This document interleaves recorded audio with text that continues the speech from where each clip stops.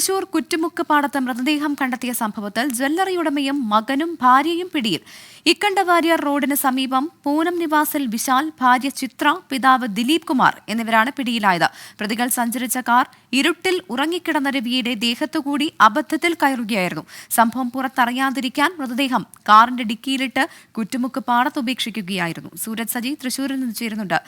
സുരജിത്, അബദ്ധത്തിലുണ്ടായ അപകടമെന്ന് ഉറപ്പിക്കുന്നുണ്ടല്ലോ അല്ലെ പോലീസ്? എന്തൊക്കെ കാര്യങ്ങളാണ് ഇപ്പോൾ പോലീസ് വ്യക്തമാക്കുന്നത്?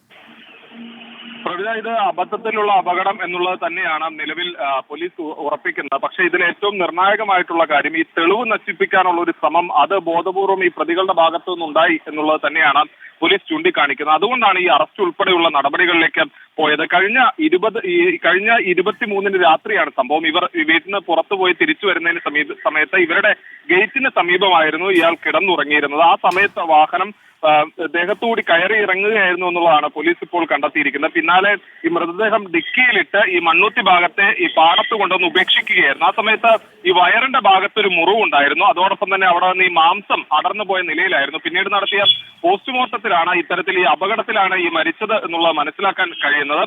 പിന്നീട് CCTV ക്യാമറകൾ കേന്ദ്രീകരിച്ച് നടത്തിയ അന്വേഷണമാണ് ഈ പ്രതികളിലേക്ക് എത്തിയതെന്നുള്ളതാണ് പോലീസ് തന്നെ വ്യക്തമാക്കുന്നത്. ഈ തെളിവ് നശിപ്പിക്കാൻ ബോധപൂർവമായ ഒരു ശ്രമം പിന്നാലെ നടന്നുവെന്നും പോലീസ് കണ്ടെത്തിയിട്ടുണ്ട്. ഈ പ്രദേശത്ത് അപകടം നടന്ന പ്രദേശത്ത് ഉൾപ്പെടെ ഈ മുളകുപൊടി ഉൾപ്പെടെ വിതറിക്കൊണ്ട് ഈ തെളിവ് നശിപ്പിക്കാനുള്ള ഒരു ശ്രമം നടത്തി. അതുകൊണ്ട് തന്നെ ഈ തെളിവ് നശിപ്പിക്കൽ അങ്ങനെയുള്ള മനഃപൂർവ്വമല്ലാത്ത നരഹത്യ കുറ്റം അടക്കം ചുമത്തിക്കൊണ്ടാണ് ഇപ്പോൾ കേസെടുത്തിരിക്കുന്നത്. പ്രവിധ. സൂരജ് സജിയാണ് വിവരങ്ങൾ നൽകിയത്.